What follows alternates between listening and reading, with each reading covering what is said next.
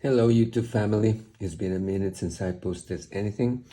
So the MODX M came out and I wanted to check it out. So here it is. I'm gonna tell you quickly why I'm not gonna keep it. It is a superb machine, but it's, I think, aimed for somebody that doesn't have one. As you know, I have a couple of MODX, the original ones. I believe those are very, very good, well suited for live play. And I thought that this machine would be more geared towards the studio, um, with more features, making it more of a complete workstation. And it's not. So anyway, so let me tell you some of the differences. So we go here to like the live sets.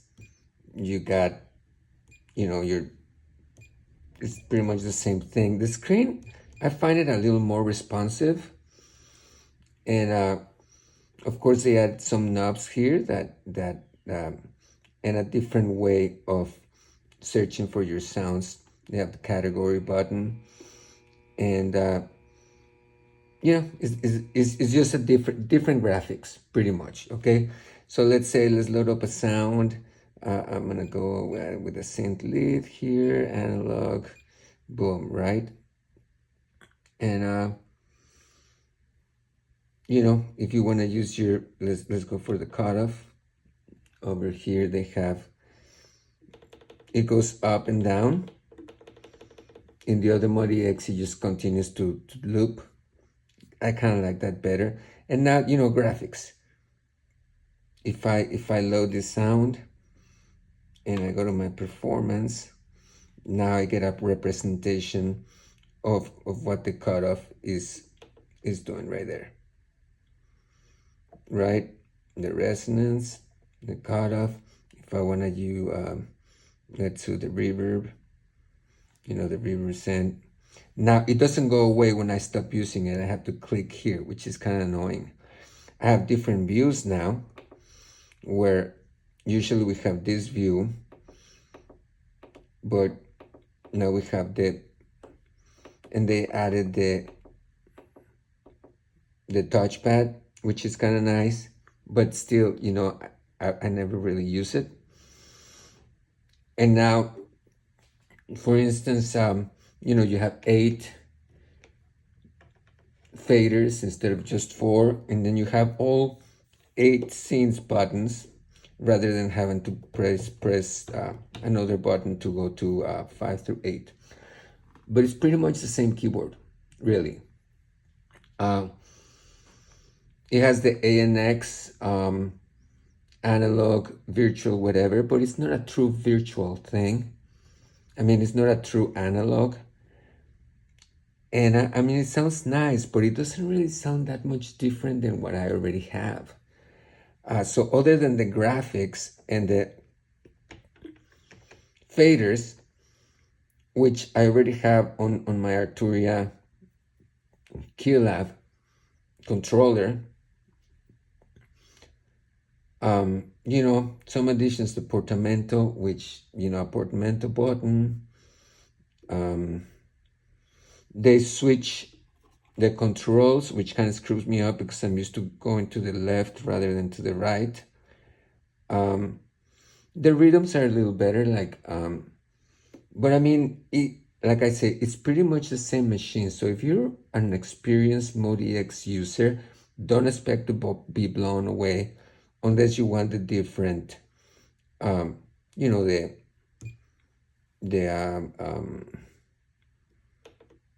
graphics, All right, so let's see, in different modes, you're gonna have different things to play with. But let me zoom into the screen. It's pretty much the same thing. Everything it just looks different. It's got mixing, same thing. I was hoping that they would add to the sequencer. They really didn't. It's identical. Um, and frankly, I'm so used to using this wheel that I never use these knobs. I mean, they're just confusing me. So now, the ANX engine that they added, if you're a sound designer and a programmer and you want to do that, then I think yeah, get it. If you are a, if you don't have a keyboard and you're going to buy your first keyboard, this is a great keyboard to buy. Um, I'll tell you what my problem with it was too. Is like I went ahead and sequenced the song, right? And then I knew it had the shimmer reverb. So I went to the shimmer reverb. Let's go performance. Let's see over here.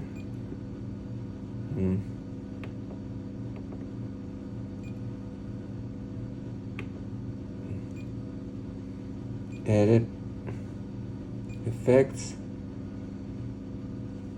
So let's say I want to change this to a reverb, right? So reverb. So there was no shimmer reverb. So I'm like, oh, so maybe it's just in the common. So I went to common, and I'm like, well, I'm gonna put it on variation so I don't screw up with the other reverb, right?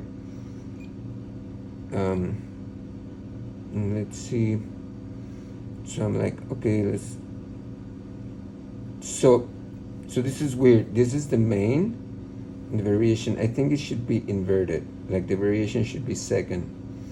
Okay, so let's say that I want to change this to the reverb, right? Oh, it's not there. Shimmer reverb is only available in the main effects. Okay, which means that it'll cover the whole production, drums and everything. So you're gonna have shimmering everywhere. There's a way around it where you can just add the shimmer reverb to the global. Let's go enter. Let's go to performance, and then if you go to mixing, then you're gonna have to cancel, you know, all the other tracks you don't want shimmer reverb on, and put another reverb or whatever you want on the variation. So all your track, you know, so let's say this is your drums, you cancel it and you just want shimmer reverb in a guitar, boom, and then you just add it there. So there are ways around it if you know what you're doing. Now, I think shimmer reverb should have been added as an insert effect. Outside of that, the effects are the same. They sound the same. They do have a few new pianos. The pianos are decent already, what I have. And also for productions, I have keyscape and all that other stuff. Now, I will tell you this, my favorite keyboard to gig with is and the keyboard I use for live is my MODX, my old MODX. And I'm very happy with it. If you need a controller for your studio, then this is the way to do it, you know. I think that USB should be compliant and not have to download the drivers and all that stuff.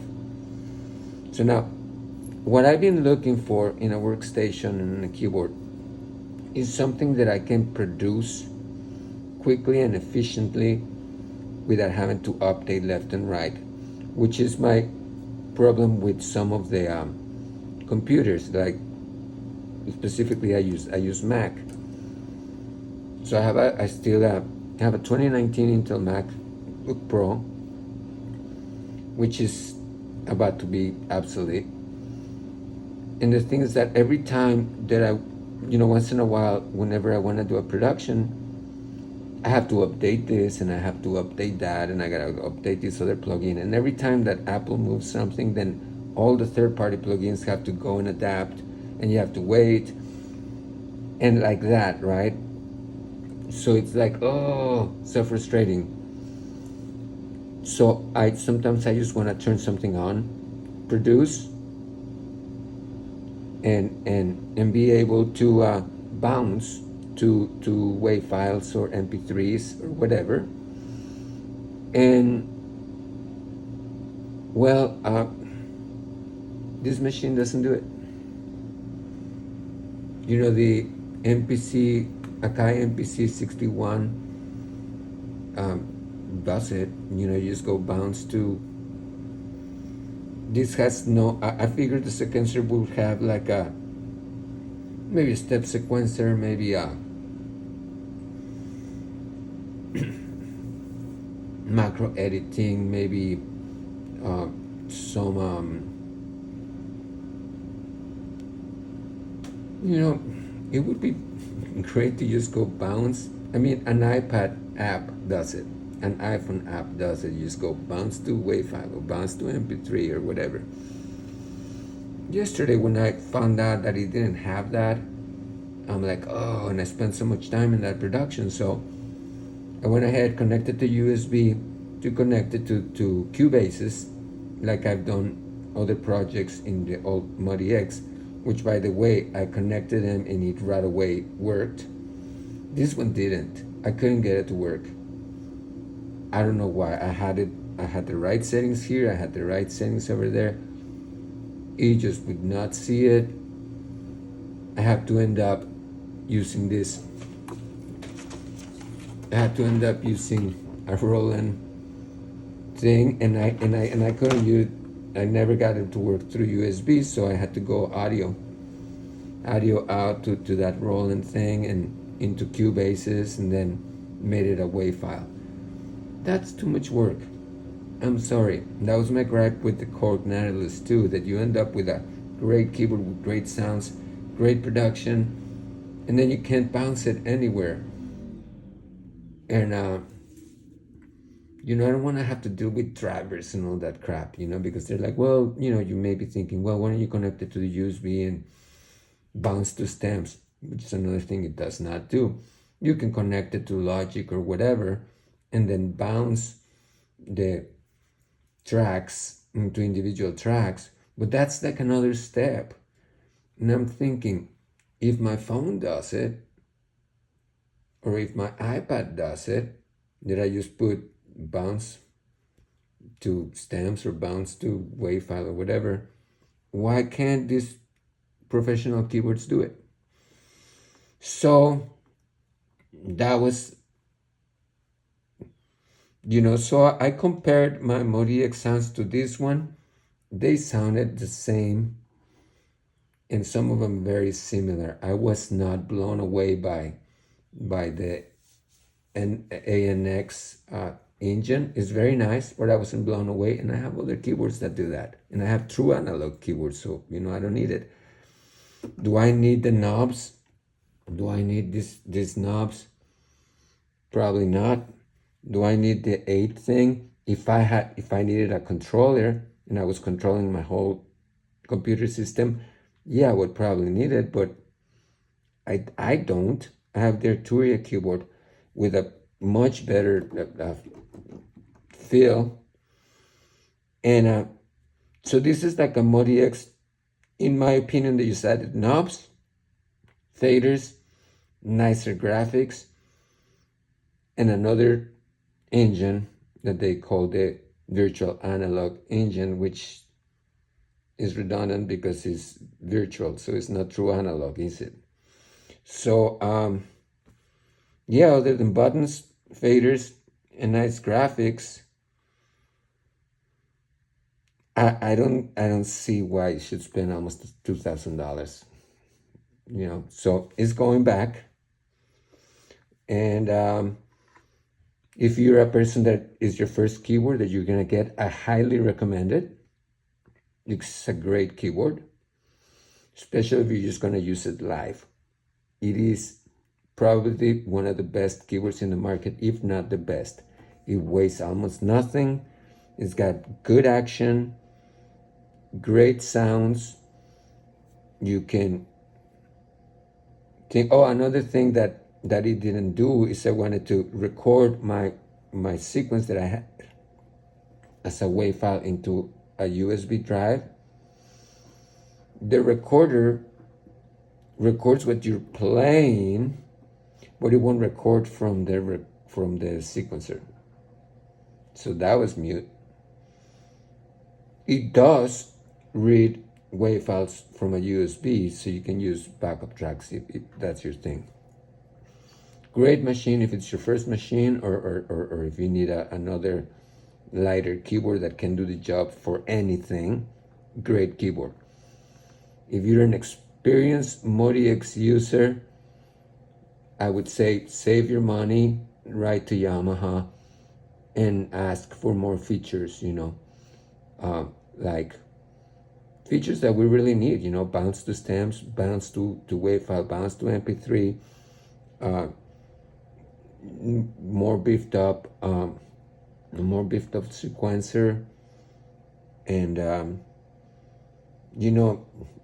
I don't need 500 pianos, just give me 2 good ones. Plus again, if you have Keepscape and Omnisphere and all that stuff, but then, so I don't need it. I think it's a great keyboard. I personally not gonna keep it. Those are my 5 cents. Please, Yamaha, if you're listening, add those features. I am gonna write to you. I hopefully it does not fall in deaf ears like Korg did me, that I wrote a bunch of times with him. I even spoke to a rep. And, I feel like Korg keeps recycling the same keyboard over and over and over and over, and they change nothing. Other than graphics. They take knobs away, they put knobs back in, they bring the Chronos back, they pull it away.